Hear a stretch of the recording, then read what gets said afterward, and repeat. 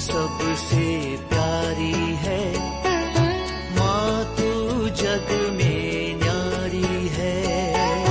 माँ तू सबसे प्यारी है, माँ तू जग में न्यारी है। अपने आंचल में रखना, अपने आंचल में रखना, हमें वरदानों से भरना। माँ तू सबसे प्यारी है, माँ तू जग में न्यारी है। माँ तू सबसे प्यारी है, माँ तू जग में न्यारी है। पिता, पुत्र और पवित्र आत्मा के नाम पर आमीन। आप सबों को जय यीशु। जून माह में पवित्र हृदय में हमारे परिवारों को समर्पित करते हुए हम अपने घर को किस प्रकार स्वर्ग जैसे बना सकता है। कल के क्लास में हम लोगों ने मनन चिंतन किया, ईश्वर का प्रेम का सुगंध किस प्रकार हमारे घर में फैलाना चाहिए। उस प्रेम का विरुद्ध एक और पाप है, और उस प्रेम का दुरुपयोग किस प्रकार, उस प्रेम का नहीं, शैतानी प्रेम का किस प्रकार लोग उपयोग करते हैं, किस प्रकार घर इसके बाद नरक बन जाता है, इसके ऊपर ही आज हम लोग मनन चिंतन करने जा रहे हैं। उसके लिए मुझे एक बहुत ही सुंदर वचन मिला है, सूक्ति ग्रंथ उसके अध्याय 5 वाक्य 15 से। प्रोवर्ब्स चैप्टर 5 वर्स 15 से 19 तक जो वचन है, इसके लिए बहुत ही सुंदर है। इस पर हम आज मनन चिंतन करेंगे। यहां पर लिखा है, अपने ही कुंड का पानी पियो, अपने की कुएं के बहते स्रोत से। क्यों तुम्हारे जल स्रोत घर के बाहर, तुम्हारी जलधाराएं सड़कों पर बहे। इन पर तुम्हारा ही अधिकार है।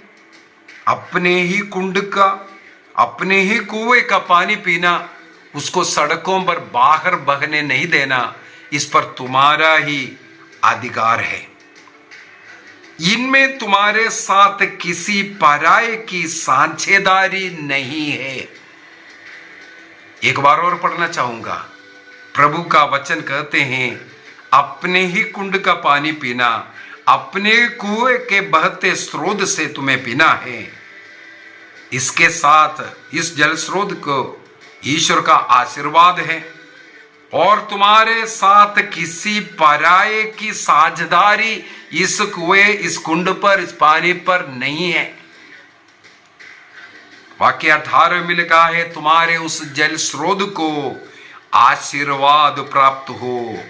तुम अपनी युवावस्था की पत्नी, उस सुंदर हिरणी, उस रमणीय मृगी से सुखी रहे। उसका प्रेम स्पर्श तुमको तृप्ति प्रदान करता रहे, उसका प्रेम तुमको मोहित करता रहे। उस कुंड, उस कुएं, उस पानी पीने के विषय में बोला है, यह है पति पत्नी का वैवाहिक दाम्पत्य जीवन। घर को स्वर्ग बनाने के लिए यह बहुत ही जरूरी है। इसलिए विवाह के विषय में मैंने इससे पूर्व में भी कई क्लास ले चुका है। परिवार के क्लास हमारे YouTube के प्लेलिस्ट में जाइए, वहाँ फैमिलीज का प्लेलिस्ट मिलेगा। उसके अंदर अनेकों क्लास है परिवार के विषय में, सब देखना चाहिए। परिवार को अच्छा बनाने के लिए, स्वर्ग बनाने के लिए कई बार मैं इस प्रकार का क्लास ले चुका हूं। आज विशेष रूप से इस बात पर मैं ज्यादा जोर डालना चाहूंगा, दाम्पत्य जीवन कैसे होना चाहिए। इसके विषय में बहुत ही सुंदर वचन सूक्ति ग्रंथ 5 15 से लेकर के 18 तक वचन यहां पर साफ साफ बता करके दे रहा है, तुम्हारे कुंड का जो अपने ही कुंड का पानी पीना है, पराये कुंड को ढूंढ करके नहीं जाना है। दूसरा, अपना कुंड का पानी जो है बाहर बहने भी नहीं देना है। और तीसरी बात बोलता है, तुम्हारे इस कुंड का इस पानी पर किसी और के साझेदारी नहीं हो सकता है। इसका मतलब जीवन में अपने शरीर को पवित्र रख करके अपने जीवन साथी के लिए उसे अर्पित करने की जरूरत है, चाहे स्त्री हो चाहे पुरुष हो। इसका मतलब बचपन से इस दाम्पत्य जीवन में प्रवेश करने के लिए अपने को तैयार बनाकर रखना है। पहले कौवा पिया हुआ, जानवर पिया हुआ पानी को हम नहीं पी सकता, इसलिए मैला होने नहीं देना है इस पानी को। इसको हमें सुंदर पवित्र रखने की जरूरत है। और प्रभु का वचन आगे कहते हैं, इसके साथ किसी का साझेदारी नहीं हो सकता। और कहते हैं, तुम्हारा पानी, तुम्हारा कुंड तुम्हारा है, इस पर आशीर्वाद पड़े। वैवाहिक जीवन में विवाह के समय पर पुरोहित द्वारा, कलीसिया द्वारा ईश्वर का वो आशीर्वाद हम प्राप्त करते हैं, पति पत्नी। और आगे क्या कहते हैं, उस सुंदर हिरणी रमणीय मृगी से तुम सुखी रहना है। वैवाहिक जीवन में प्रभु मुझे उपयुक्त जीवन साथी देगा, ये बार बार बोलना है, विश्वास भी करना है। उत्पत्ति ग्रंथ उसके अध्याय 2 वाक्य 18 के अंदर, जेनेसिस चैप्टर 2 वर्स 18 के अंदर प्रभु क्या कहते हैं, वहां पर लिखा है, प्रभु ने कहा, अकेला रहना मनुष्य के लिए अच्छा नहीं, इसलिए मैं उसके लिए एक उपयुक्त सहयोगी बनाऊंगा। इसका मतलब हर व्यक्ति के लिए ईश्वर एक जीवन साथी की सृष्टि किया है, यह हमें विश्वास करना है। तोबित का ग्रंथ अध्याय 6 वाक्य 18 और 19 बहुत ही सुंदर वचन। इस विवाह जीवन के लिए और हम बचपन से इन वचनों को सीख करके रखना चाहिए और विश्वास करते रहना चाहिए। इस कारण हम इन वचनों के द्वारा ईश्वर में विश्वास प्रकट करता है। वहां पर लिखा हुए अनादि काल से, इसका मतलब हमारे जन्म से पहले ही हमारे जीवन साथी कौन होना है यह प्रभु ने निर्धारित किया है। अनादि काल से ईश्वर ने निर्णय किया है हमारा जीवन साथी कौन है। इसके बाद वाक्य 19 में भी यही लिखा है, उनका आपस में प्रेम बढ़ता जाए। जिसको मेरे लिए प्रभु ने सृष्टि किया उनके साथ हमारा प्रेम होना है।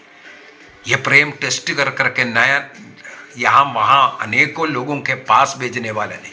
इसलिए विवाह जीवन तक, वैवाहिक जीवन में प्रवेश करने तक हमें इंतजार करने की जरूरत है। ईश्वर जिसे हमें देगा वही प्रभु का इच्छा है। और तोबित का ग्रंथ उसके अध्याय 7 वाक्य 11 में एक सुंदर वचन है, तोबित 7:11, वहां पर लिखा हुआ है, विवाह स्वर्ग में निश्चित करता है। इसका मतलब हमारे हो सकता है सृष्टि के पहले ईश्वर ने स्वर्ग में निश्चित किया है हमारे लिए जीवन साथी कौन होना चाहिए। तो हमें यह विश्वास करना है, प्रभु मेरे लिए एक जीवन साथी देगा और उसके साथ सुख का जीवन जीने के लिए हमें दाम्पत्य जीवन का उस पवित्रता की जरूरत है। उस पवित्रता के लिए हमें अपने बचपन से अपने शरीर को, अपने मन को, अपने सोच को पवित्र रख के आने का जरूरत है। बाइबल का वचन के अनुसार हमें विश्वास करना है, प्रभु मेरे लिए एक उपयुक्त जीवन साथी देगा और उसके लिए अपना पूरा जीवन समर्पित करते हुए आना है। इसको बोलते हैं दाम्पत्य जीवन का जो पवित्रता, विवाह के बाद का नहीं है, विवाह के पूर्व से ही उसके लिए तैयारी कर करके उस पवित्रता में आने की जरूरत है। इसके बाद एक दाम्पत्य विश्वस्तता भी है, जिनके साथ हमारा विवाह हुआ है, जीवन के अंत तक विश्वस्त जीवन साथी बने रहने का। विवाह के लैटिन जो धर्म विधि के अनुसार स्त्री पुरुष एक दूसरे के को स्वीकार करते हुए कुछ वादा करता है, मैं जीवन के अंत तक इसे प्रेम करूंगा, इसके आदर करूंगा और विश्वासी जीवन साथी बनकर के रहूंगा। इसका मतलब है प्रेम करना, आदर करना, विश्वासी बनकर के रहना, विश्वस्त बनकर के रहना। ये तीन में कभी भी कोई बाधा नहीं होना चाहिए। वैवाहिक जीवन को पवित्र करने के लिए यह बहुत ही जरूरी बात है। ये तीन बात, अपने जीवन साथी को दिल से, हृदय से प्यार करना, वो वैवाहिक के प्यार केवल अपने पत्नी के साथ, पति के साथ, और उनका आदर करना, पति पत्नी का, पत्नी पति का आदर। इस प्रकार ये बहते हुए इस कुंड का पानी को बाहर बहेगा, इसका मतलब उनका अनादर कर रहा है। अपने जीवन को दूसरों के लिए समर्पित करना, अपने जीवन साथी को हम अनादर कर रहा है। जीवन के अंत तक आदर करने का वादा हम कलीसिया में किया है, तो हम उस प्यार, हमारे मन में भी ये सोच दूसरों के प्रति नहीं आना चाहिए। तीसरा है विश्वासी जीवन साथी बनकर के रहना। इनके अलावा कोई और मेरे जीवन में नहीं आना चाहिए, चाहे मरना भी पड़े, ऐसा होने नहीं देना। वैवाहिक जीवन के पहले से ये दृढ़ निश्चय करते हुए जीवन जीने की जरूरत है। अनेकों लोगों का जीवन, वैवाहिक जीवन फ्लॉप होता हुआ मैंने देखा। दरारें, लड़ाई झगड़ा, किसी किसी का शादी का उसी दिन से लड़ाई झगड़ा शुरू, या कुछ समय के बाद में, केवल इसी के कारण जो कुंड का पानी दूसरों के लिए बहाया, अपने जीवन साथी के लिए जो प्रेम, आदर, सम्मान देना चाहिए, वो दूसरे की ओर जब बहना शुरू होगा, वहां पर दरारें शुरू होगा, लड़ाई झगड़ा होगा।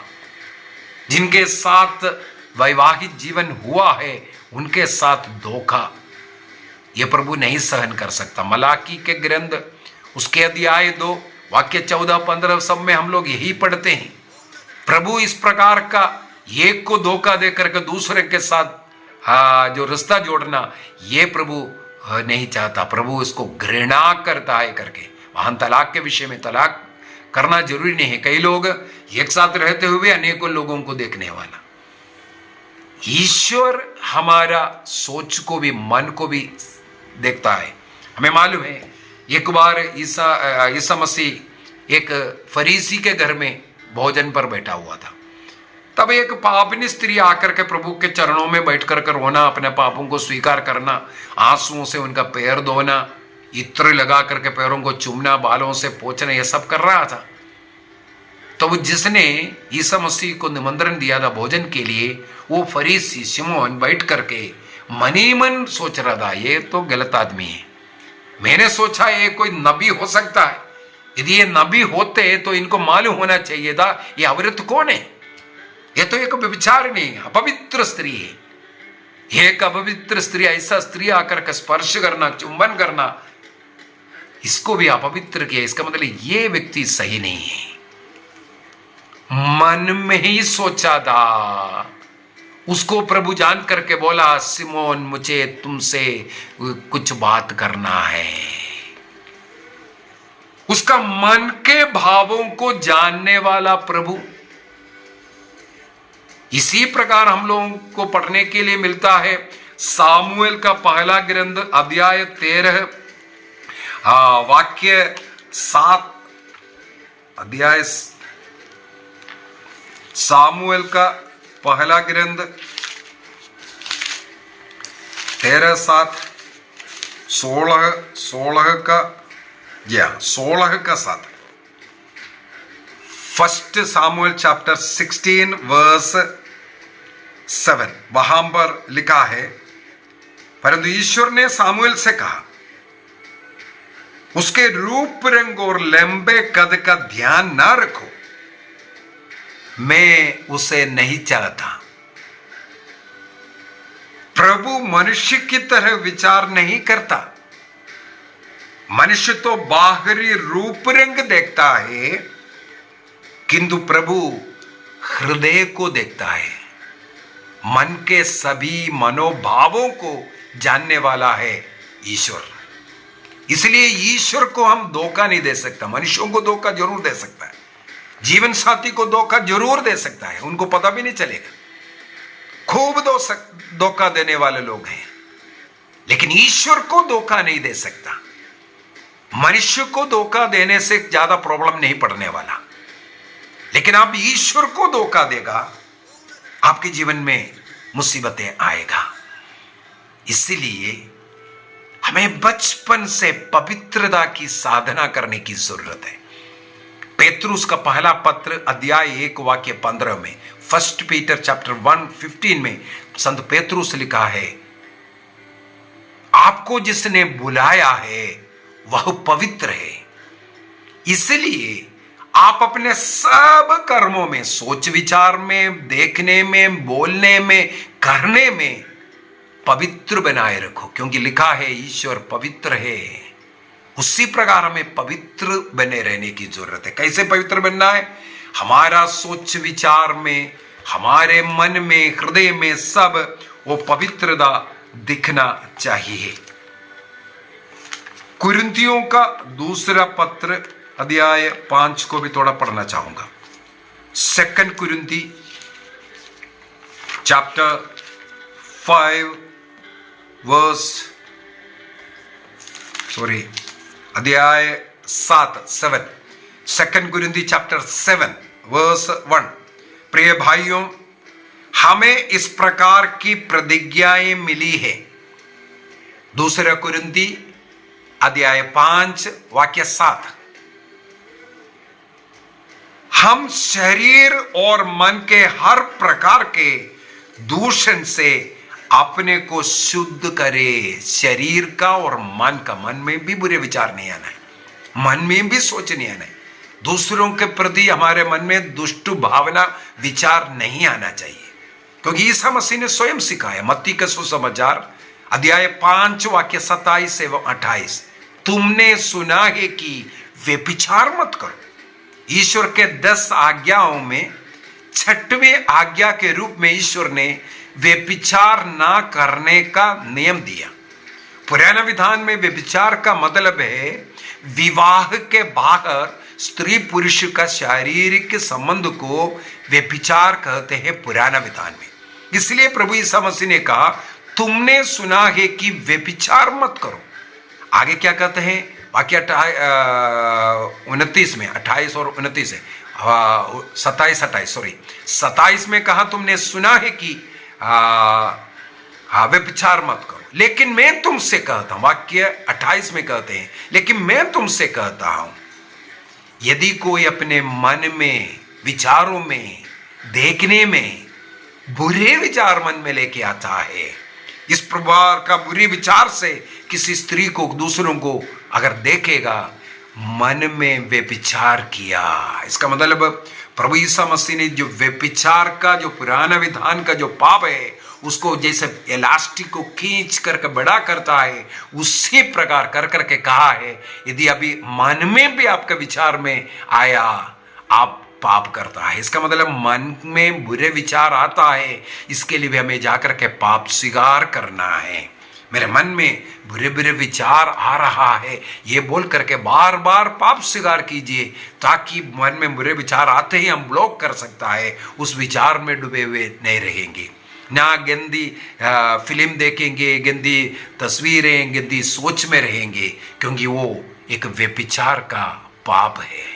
इस प्रकार बचपन से, युवा अवस्था से हमें इन पाप को, इस पाप के इन आदतों को, बुरे चिंताओं को अपने से दूर कर करके पवित्रता की साधना करना, सब बातों में पवित्र, सोच विचार में, देखने में, बोलने में, करने में पवित्रता, अपने शरीर के अंग अंग को इस प्रकार पवित्र रख करके जीवन जीना। इसके बाद उस पवित्र शरीर के साथ वैवाहिक जीवन में प्रवेश करना, इसको दाम्पत्य पवित्रता करते हैं। यह है पवित्रता। पति पत्नी एक साथ रहना, स्त्री पुरुष एक साथ रहना विवाह के अंदर ही, इसके बाहर नहीं हो सकता। वैवाहिक जीवन के अंदर वो अनुमति है, उसके बाहर का सब व्यभिचार का पाप है। विवाह के पहले जितने भी लोग ऐसा गलत रिश्तों में फंसा और अच्छा पाप स्वीकार कर उसे त्याग करके मन से निकाल करके उसके लिए प्रायश्चित विधि जीवन भर एक बार करने से नहीं होगा। फादर ने बोला एक एपिदा हमारा करो, सोचा हाँ खत्म हो गया, एक गलत विचार है। ऐसे करने वाला विशेषकर जो आत्मिक रूप से जो मरता है, आत्ममारू पाप है, उसके लिए हमारे जीवन भर प्रायश्चित करते रहना है। उन विचारों को जब आता है, मन में विचार आते हैं ऐसा गलत काम का, वो इसलिए आता है, उसके लिए तुम प्रायश्चित करो, ऐसे अवसरों से दूर भागो, अन्यथा तुम फिर से ऐसे पाप में गिर सकता है।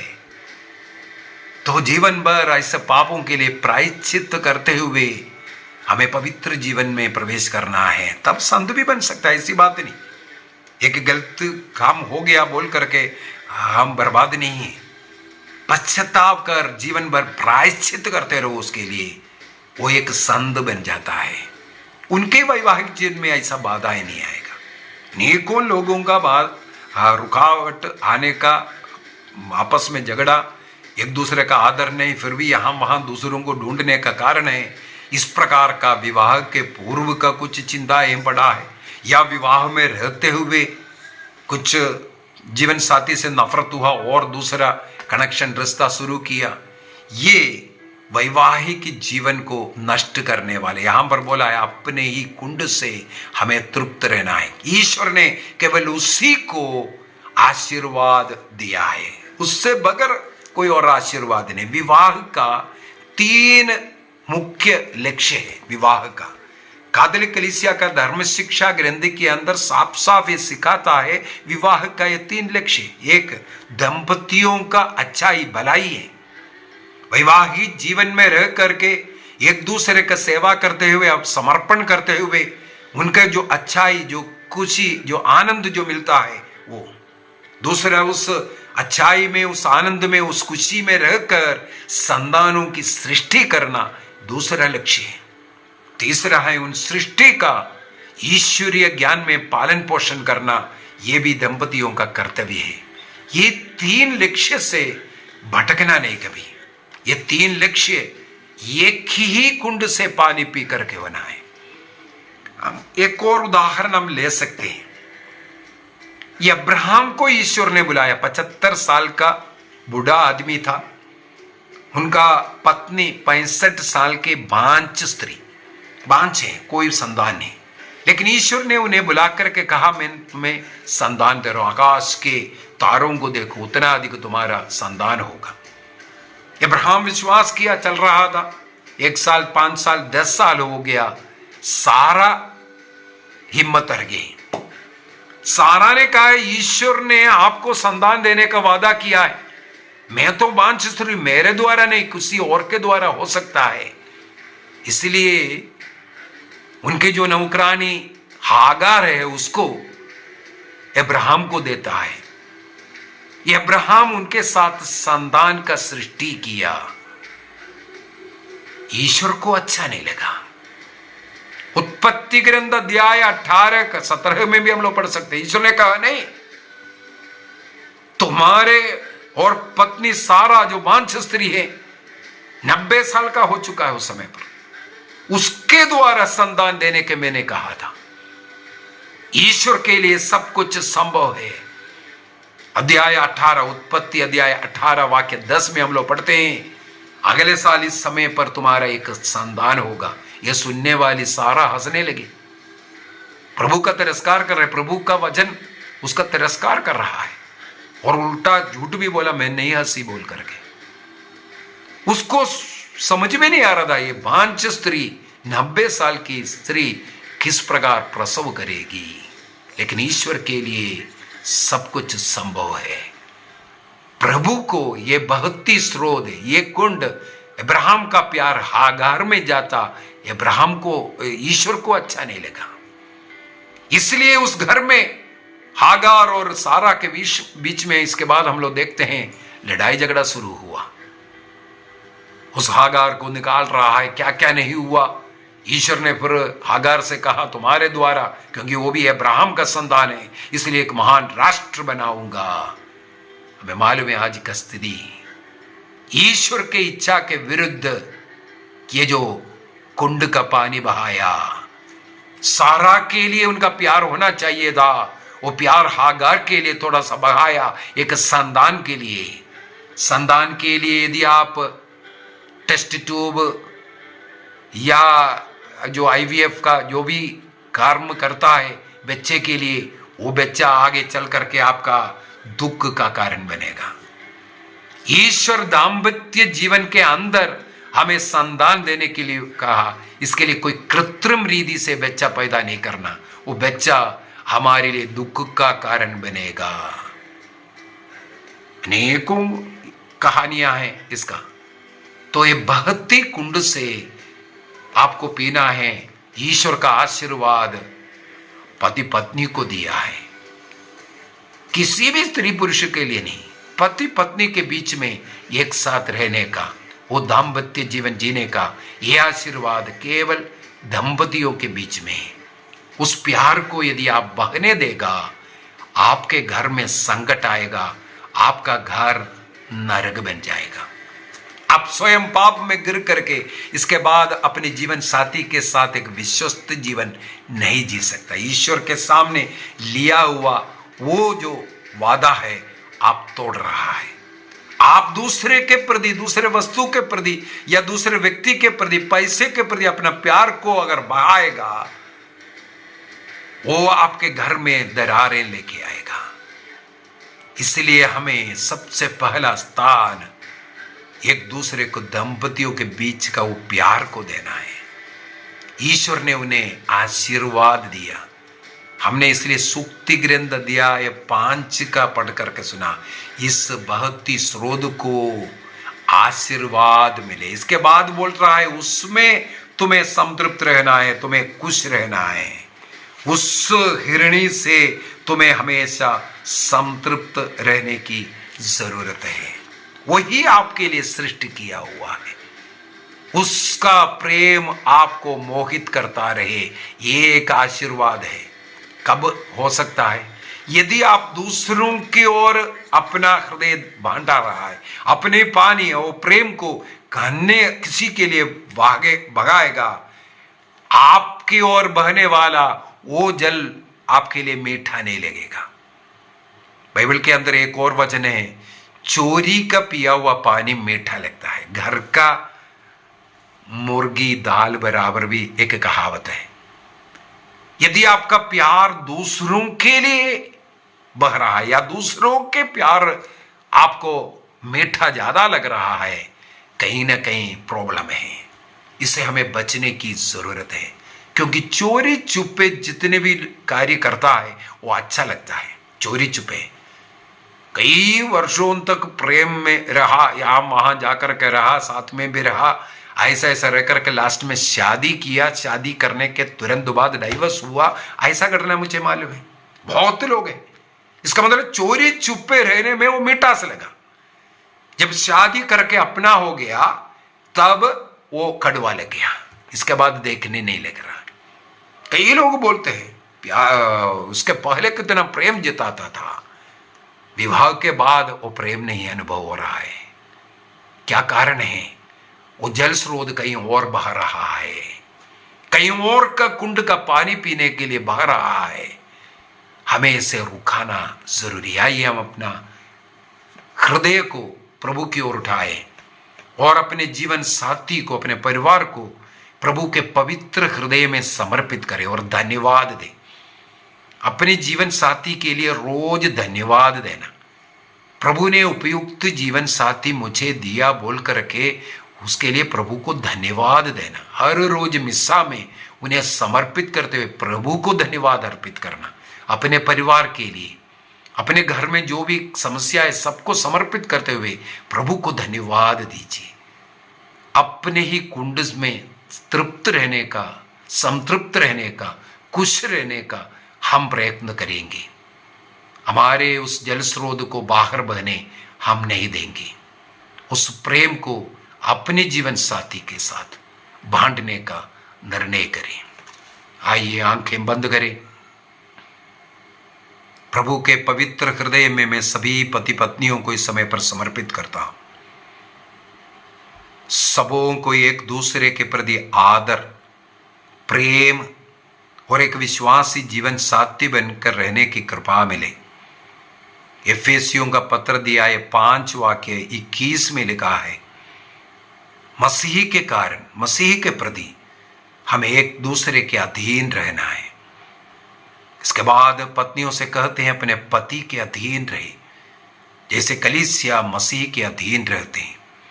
वाक्य 25 से कहते हैं पतियों अपने पत्नी को ऐसा प्यार करो जैसे मसीह ने कलीसिया को प्यार किया। ईसा मसीह के साथ, कलीसिया के साथ दंपतियों का वैवाहिक जो रिश्ता है उसको तुलना करते हुए संत पौलुस कहते हैं एक दूसरे को इस प्रकार प्यार करो जैसे मसीह कलीसिया को प्यार किया।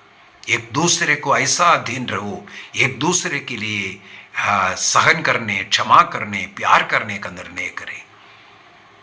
जिसके भी मन में मनमुटाव है, लड़ाई झगड़ा है, नफरत है, अपने जीवन साथी किसी भी हालत में कैसे हैं उसी प्रकार उससे स्वीकार करने का निर्णय करें। उनके कमियों के साथ स्वीकार करें और उनके कमियों को प्यार करें। जीवन के अंत तक अपने जीवन साथी के अधीन रहने का, पति पत्नी के अधीन, पत्नी पति के अधीन रहने का निर्णय करें। आदर सम्मान के साथ, प्यार के साथ, सेवा के साथ हम इस प्रकार का एक जीवन जिएंगे। निर्णय कीजिए। सभी दंपतियों को प्रभु का अनुग्रह आशीष मिले।